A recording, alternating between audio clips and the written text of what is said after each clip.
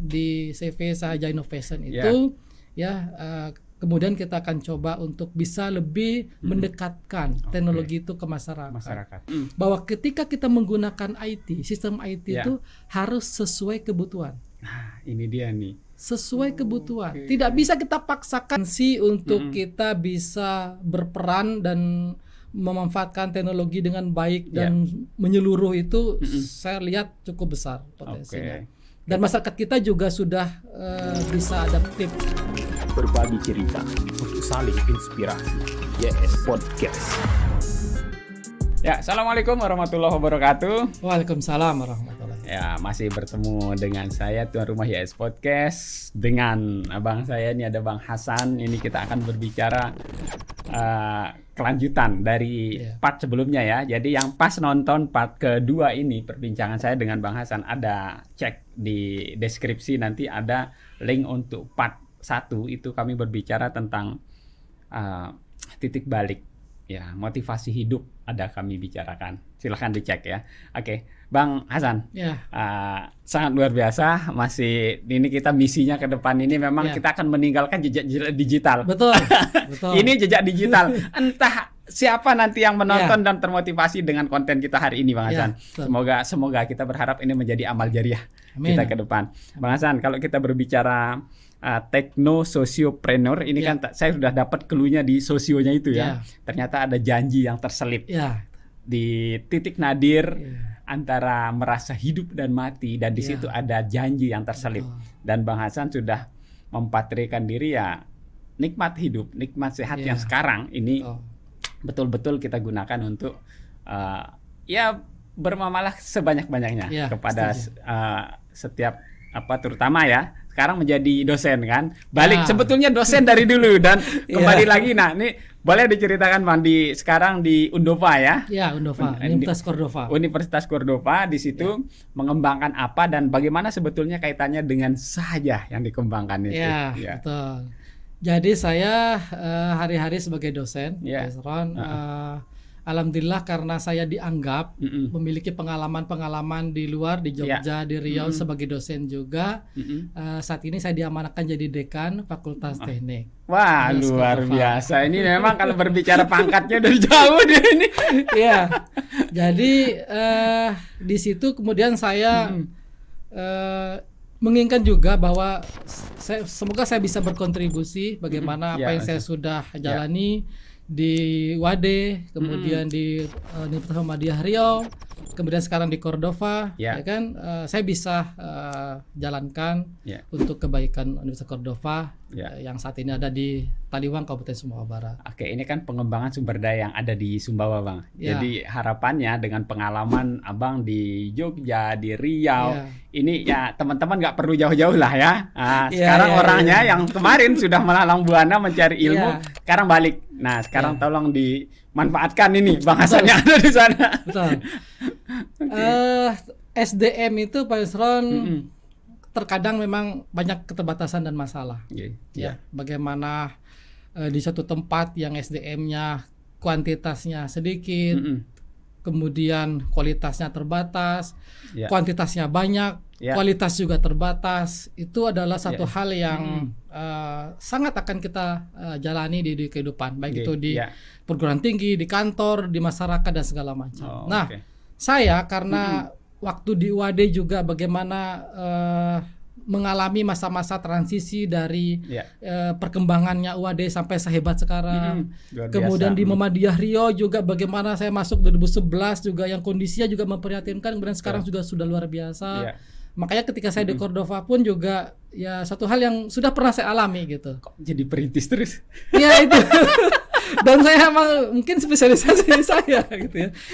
Kita butuh berapa tahun di Cordova, Bang, agar bisa menjadi UAD dan memberi saat ini? Kalau saya banyak hal sih, banyak faktor ya. Ada faktor manajemen ya, faktor SDM, faktor biaya dan segala macam. Banyak hal. Tapi saya selaku ibarat yang pernah mengalami itu, saya akan berkontribusi pemikiran-pemikiran saya, apa yang pernah saya jalani, saya berdayakan dan segala macam.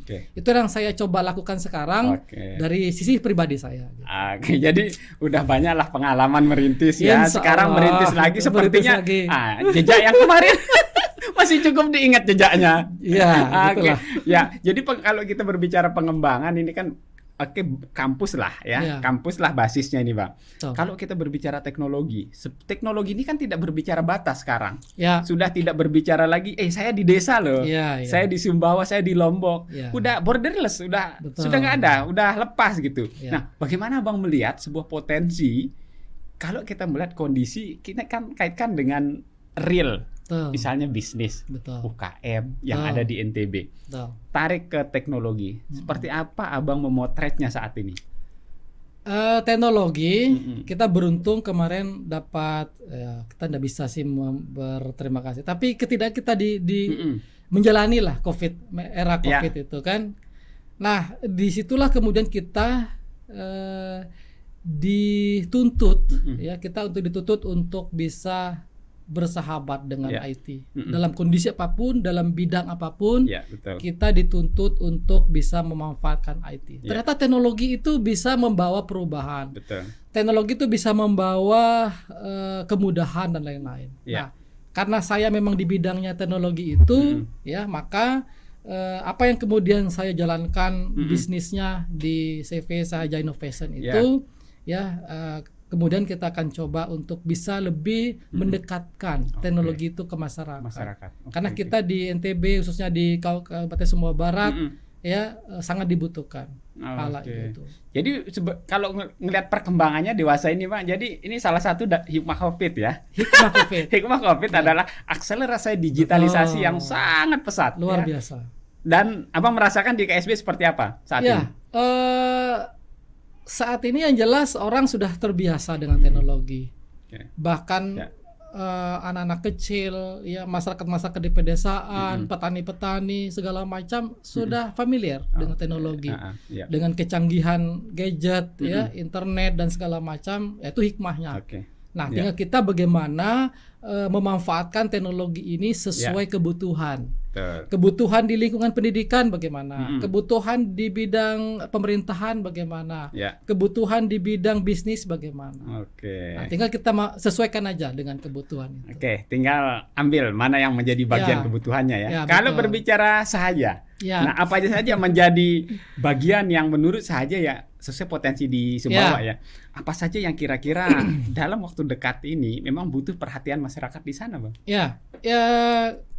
Pertama ini ada hubungannya dengan sociopreneur tadi, tekno sociopreneur Jadi saya mengembangkan atau membangun CV Sahaja Innovation ini agar bisa menerapkan apa yang pernah saya cita-citakan. Bisa dikatakan tadi janji dan doa, gitu kan? Nah, CV ini saya diususkan untuk bidang IT, Nah, karena di tempat saya di Kabupaten Sumbawa Barat atau di NTB kita saat ini, ada beberapa hal yang harus kita kuatkan. Makanya saya membangun bisnis sociopreneur sekarang itu ke dalam 3 pilar, Pak Yusron. Karena saya anggap 3 pilar itulah yang saya bisa berkontribusi dan dibutuhkan saat ini di masyarakat. Pilar pertama itu adalah desa. Desa itu ujung tanduk pemerintahan terkecil dan yang terdekat dengan masyarakat. Dan sumber dayanya besar. Luar biasa. Supportnya luar biasa dengan otonomi dan segala macam. Nah, sementara di desa itu sangat terbatas SDM-nya, aksesibilitasnya, teknologinya segala macam. Makanya saya ingin ada sosio di situ, bagaimana kita ada namanya program digitalisasi desa yang di situ kita dekatkan, kita terapkan IT teknologi itu dengan semurah mungkin, semudah mungkin, ramah ya intinya, seramah mungkin. Karena kan bayangan sekarang orang menerapkan sesuatu kan harus biaya tinggi. IT itu mahal loh, bayangan orang, Bang. Bayangan orang. Betul. Dan itu juga kalau dibilang kenyataan kenyataannya begitu. Tapi kalau kita bisa meng-create-nya, karena apalagi saya memang background-nya itu, kita bisa dong. Kita bisa juga meng-create itu menjadi sesuatu yang murah, mudah gitu ya. Walaupun ya tentu ada skenario atau konsekuensi. Dan itu saya sudah beberapa kali riset itu ya menemukan pola itu gitu. Nah, jadi kita berharap di pilar pertama itu desa bisa menerapkan teknologi secara mudah, murah, ya kan? Dengan melalui program yang namanya digitalisasi desa. Yang kedua itu yang kemudian saya ambil pilarnya itu adalah sekolah. Kalau perguruan tinggi saya tidak masukkan dalam kriteria itu karena perguruan tinggi punya sumber daya yang mumpuni. Sangat di sana. Sangat tersedia. Tapi sekolah, Pak Isra. Mereka jangankan memiliki biro khusus atau lembaga khusus. Punya aja SDM guru IT-nya belum tentu punya. Apalagi mau menerapkannya. SDM-nya punya aja belum tentu ada gitu. Belum kebayang ke sana juga kebutuhan sekolah. Dan sama pemikirannya, ketika mereka mau menerapkan IT, tentu mereka mikirkan biayanya, maintenance-nya, segala macam. Nah, makanya di pilar kedua ini saya ingin bisa mendekatkan teknologi secara lebih dekat dengan mungkin murah, semurah mungkin, semudah mungkin, ya kan? Digitalisasi sekolah. Baik itu yang PAUD, SD, SMP, SMA. Jenjang lah ya, semua jenjang sekolah. Penting sekolah. Tidak perguruan tinggi. Nah, gitu. Nah, pilar ketiga yang ini juga merupakan satu bidang yang kami rasa itu di daerah itu sangat membutuhkan teknologi dan IT. UMKM. UMKM. Ini bidikan yang sangat ini. Karena bagaimanapun orang berbisnis kita melihat UMKM itu bisa bertahan di era pandemi, di era krisis. Tapi mereka setelah pun lewat dari masa itu ya tetap begitu-begitu aja kan. Padahal UMKM ini ya pilar atau pondasi. Padahal dari sisi perekonomian bangsa mereka loh tanduknya terbesar. Nah, cuma sayang mereka itu ya lagi-lagi kualitas SDM, aksesibilitas permodalan, pemasaran dan segala macam. Dan mereka juga ketika mau menerapkan teknologi sama mikirnya mahal, harus begini harus begitu. Ada standar tertentu. Sehingga mereka ya sudahlah, kami begini-begini saja. Nah, jadi di pilar ketiga ini saya berharap ya bisa mendekatkan teknologi yang murah, mudah dan ramah tadi di sisi UMKM. Luar biasa, ada 3 bidikan nih. Desa, sekolah, UMKM. Itu tidak jauh-jauh dari kita sebetulnya, Bang. Ini bidikan yang apa ya? Kalau sudah kuat di sini, Bang, insya Allah kita memiliki masa teknologi yang sangat bagus sekali ini. Kalau kita berbicara UMKM terutama ya, sekarang kan daerah kita ya dengan adanya MXGP di Sumbawa, MotoGP di Lombok, ini kan menjadi sebuah basis pengembangan potensi yang sangat luar biasa, Bang.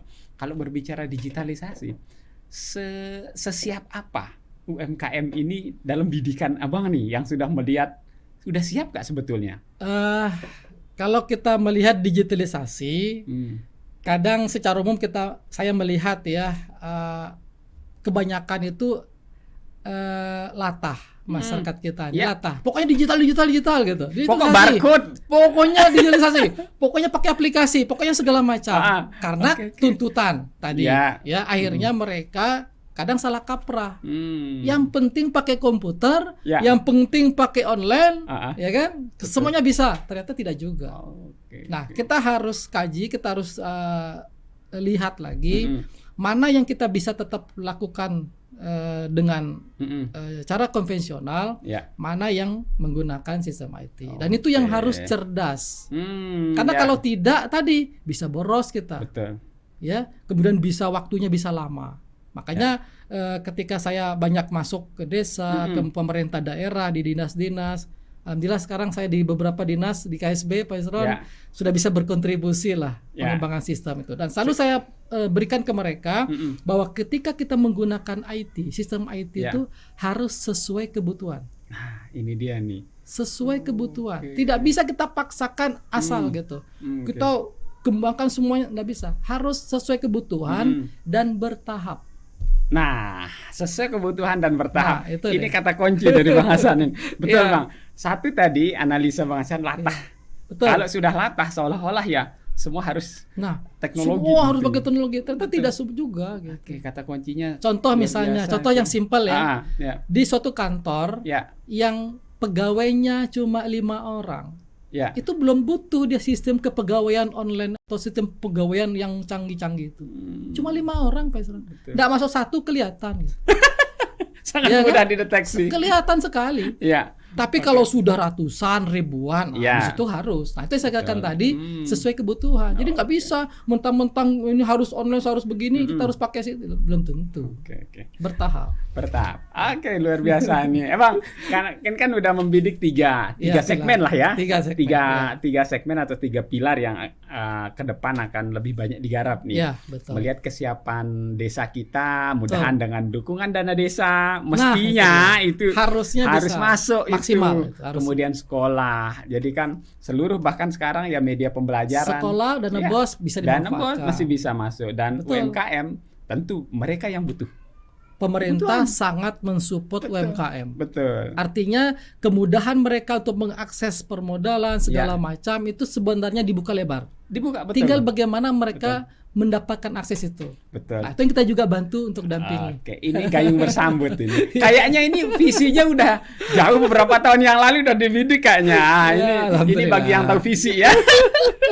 Ini menyusun program yang memang sangat strategi ke depan. Nah, Bang, kalau kita berbicara digitalisasi di daerah kita di NTB ini kan ya nggak latah juga kan. Kalau kita ujuk-ujuk ya ini harus semua berbasis industri, berbasis digital gitu. Kalau melihat perkembangannya Bang, cukup menjanjikan. Kalau potretnya NTB Bang, cukup menjanjikan atau seperti apa saat ini? NTB dengan segala kondisinya, dengan musibah betul. Kemudian kita ngalami bencana alam beberapa kali, kemudian pandemi segala macam, kemudian kita bersyukur ada titik balik itu, kita ada MotoGP, kemudian ada SBK dan segala macam. Saya melihat ada geliat di situ dan potensi untuk kita bisa berperan dan memanfaatkan teknologi dengan baik dan menyeluruh itu, saya lihat cukup besar potensinya. Dan masyarakat kita juga sudah bisa adaptif terhadap perkembangan itu. Jadi kita pun berharap di masa mendatang NTB ini bisa menjadi daerah-daerah yang bisa unggul lah.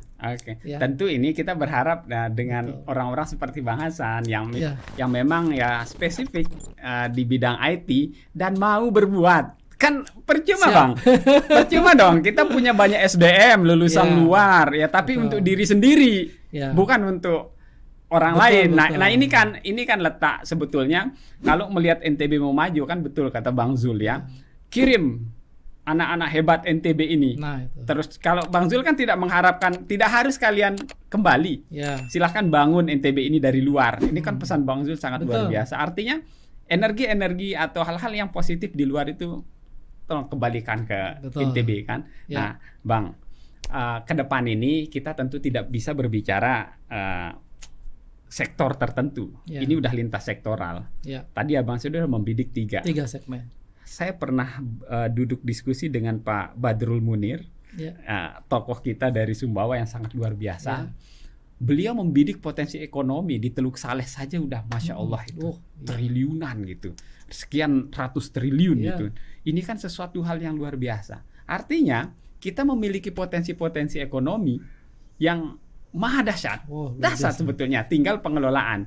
Kalau kita berbicara dari segi IT Bang, teknologi, apa kira-kira teknologi ke depan yang buat masyarakat kita itu nggak kaget lah katanya, atau masyarakat kita yang sederhana lah dalam bidang UMKM misalnya kan ingin menjual produk, masa sih harus basisnya Shopee terus Lazada dan lain-lain itu. Ini ada nggak kegiatan yang Abang kembangkan untuk go digital lah UMKM kita yang ada di NTB ini Bang?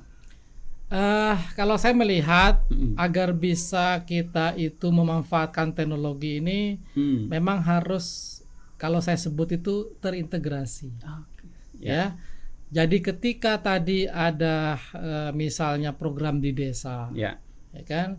Nah ini juga akan terkait dengan pariwisata. Dengan potensi alam, sumber daya alam dan segala macam. Dan ketika kita mau menerapkan teknologi IT ini nih menyeluruh.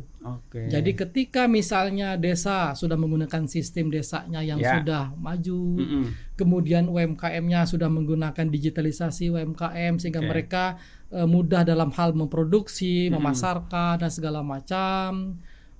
Kemudian pariwisata kita juga sudah menggunakan sistem IT sehingga orang yang mau ke sini itu tidak harus datang ke sini dulu. Bisa dari jauh tuh sudah bisa mau nginep di mana, mau nyebrang kemana segala macam, bahkan sudah lebih dulu. Surfing dulu tentang bisa sebenarnya kalau kita bisa bangun itu bisa menjadi daya tarik. Jadi bahwa mereka akan tahu bahwa tidak hanya Bali loh yang menjadi daya tarik. Kita juga ada Lombok, kita ada Sumbawa yang juga tidak kalah dengan Bali gitu. Dan sekarang kan sudah mulai dikembangkan di Sumbawa kita ini, di Lombok kita ini kan banyak objek-objek baru wisata yang kemudian bisa menjadi daya tarik wisatawan. Dan itu kalau bisa dengan sentuhan teknologi, ya kan? Pariwisatanya teknologi, desanya berteknologi, UMKM-nya berteknologi. Wah, saya yakin NTB akan lebih gemilang. Wah, ini luar biasa. Ini artinya dekatkan teknologi. Tentu kita mengambil dari sisi kebermanfaatan. Karena di sisi sebelah ada orang yang mengembangkan teknologi ini untuk hal-hal yang justru merugikan masyarakat kita. Nah, kita ambil yang sisi sebelahnya lagi yang baik-baik saja untuk pengembangannya. Bang, sebagai closing statement, silakan mungkin bisa terkait dengan kegiatan di Sahaja ataupun di kampusnya. Silakan, Bang. Oke, sebagai closing statement saya bahwa apapun yang kita lakukan di kehidupan ini tentu harus maksimal dengan niat yang tulus. Kemudian kita bisa mencapai tujuan sebaik mungkin. Nah, ketika kita memiliki potensi diri, maka tinggal kita bagaimana mengimplementasikan potensi itu untuk kemaslahatan atau kemanfaatan banyak orang. Karena apa? Karena kita tidak tahu nih berapa lama kita diberi kesempatan hidup di dunia ini. Bisa mungkin sehari, seminggu, setahun, ya. Maka ketika kita sudah meniatkan diri untuk memanfaatkan waktu kita ini sebaik mungkin, ya, untuk beribadah, untuk beramal jariah sebanyak mungkin, maka ketika saatnya kita harus dipanggil, kita sudah siap. Kita akan mengikhlaskannya dan pergi dengan tersenyum. Itu saja kalau saya. Masya Allah, luar biasa. Ini jadi renungan buat kita bersama ya, sahabat IAS Podcast. Semoga apa yang kami bincangkan tadi bermanfaat. Niatan kita adalah digitalisasi akan membawa berkah, akan membawa manfaat seluas-luasnya untuk masyarakat. Bang Hasan sudah membidik 3 desa, sekolah dan UMKM. Semoga ini bagi para teknokrat yang ada di NTB, silahkan mau kembangkan yang dengan Bang Hasan atau di sisi yang lain. Ini silahkan, ini butuh kerja kolaboratif. Terima kasih Bang Hasan sudah mampir. Tambahkan sedikit. Boleh? Bisa ya? Bisa, jadi silakan. Sahaja Innovation ini di tahun 2023 ini kita akan lebih lebih akan menerapkan 3 pilar itu. Kita akan buka semacam bimbingan teknis, pelatihan-pelatihan online, kemudian pendampingan juga secara offline, sehingga nanti benar-benar apa yang sudah kami canangkan tahun-tahun sebelumnya bisa kita implementasikan. Nah, semoga nanti Bapak Ibu semuanya, teman-teman sekalian yang berada di 3 pilar tadi, baik itu sekolah, desa maupun UMKM, bisa kita bersama-sama mewujudkan bagaimana pemanfaatan teknologi ini semaksimal mungkin. Oke, luar biasa. Silakan join di Sahaja Innovation ya Pak ya. Semoga di www.sahaja.com. www.sahaja.com. Oke, silakan sahabat advokasi yang menonton konten ini, silakan berkunjung di sana. Yang dikembangkan sama Bang Hasan, insya Allah akan membawa keberkahan untuk kita semua. Oke, terima kasih Bang Hasan atas waktunya. Bisa membagi cerita inspiratif yang sangat luar biasa. Moga menjadi catatan digital, catatan baik kita untuk kita wariskan ke depan, Bang. Oke, sekali lagi sahabat YES Podcast, saya membahas dua part dengan Bang Hasan. Part pertama tonton deh pokoknya sangat luar biasa. Oke, demikian. Assalamualaikum warahmatullahi wabarakatuh. Waalaikumsalam warahmatullahi wabarakatuh. Berbagi cerita untuk saling inspirasi. YES Podcast.